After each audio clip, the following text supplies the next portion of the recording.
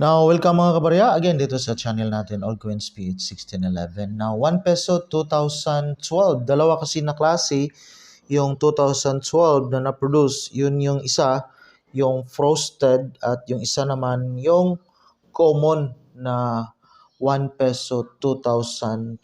So, ito yung common na 1 peso na 2012 while compare natin sa frosted. Ito yung 1 peso na 2012. So now, try natin tingnan, compare natin yung dalawa sa value appraisal.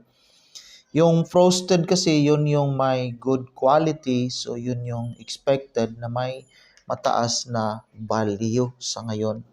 So may nagbibinta na. So ibig sabihin, may collectors value na rin kasi marami na rin nagbibinta ng 1 peso na 2012. Although marami po tayong makita nito, pero at least may difference po yung dalawa, yung common at saka yung frosted. Now, try natin tingnan. Again, dito tayo sa mga sources natin na 1 peso na 2012. So, ito yung 1 peso na 2012. So, 1 piso po ito. So, 2012, diretso tayo sa barya na 2012.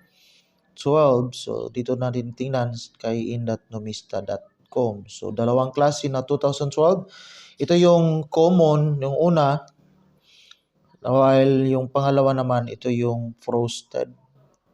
While dito kay in.numista.com, may value quotation 1 peso. Yung very good, 5 peso.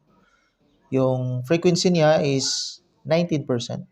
Walang recorded na dami ng mintage na nagawa. So, pero may 19% yung kanyang frequency.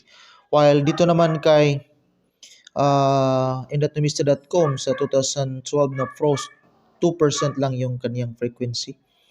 Kaya may mataas na value appraisal sa extra fine, 86 pesos po. So, ito yung barya po natin. So, 86 pesos kay in.numista.com. Pero may nagbibinta na rin kay Ucoin, meron din 0.21 US dollar. So halos nasa 25 peso yung barya na 2012. Another source tayo dito kay Carousel PH 2012 din yung barya niya. So dito tayo kay Carousel PH.